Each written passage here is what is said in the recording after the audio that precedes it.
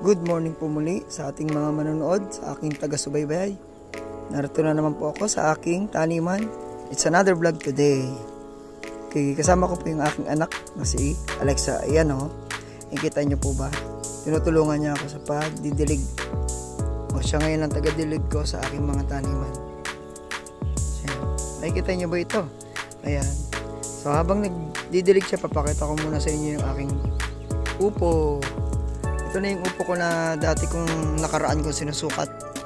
O ito na siya ngayon. Malaki-laki na siya. So hindi lang siya isa.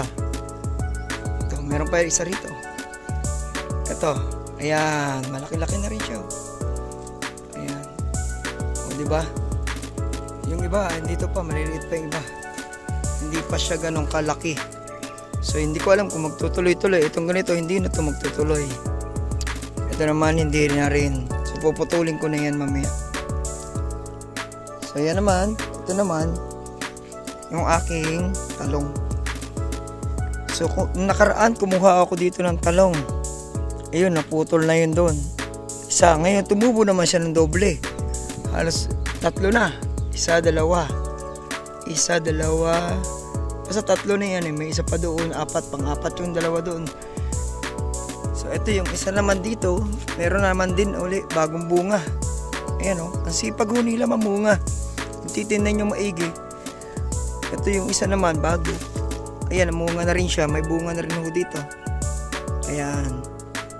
O diba, napakaganda ng bunga niya. So meron pa rin doon sa kabila banda roon, hindi ko lang nabibidyohan. Ayun, nandoon. Mayroon din po siya doon.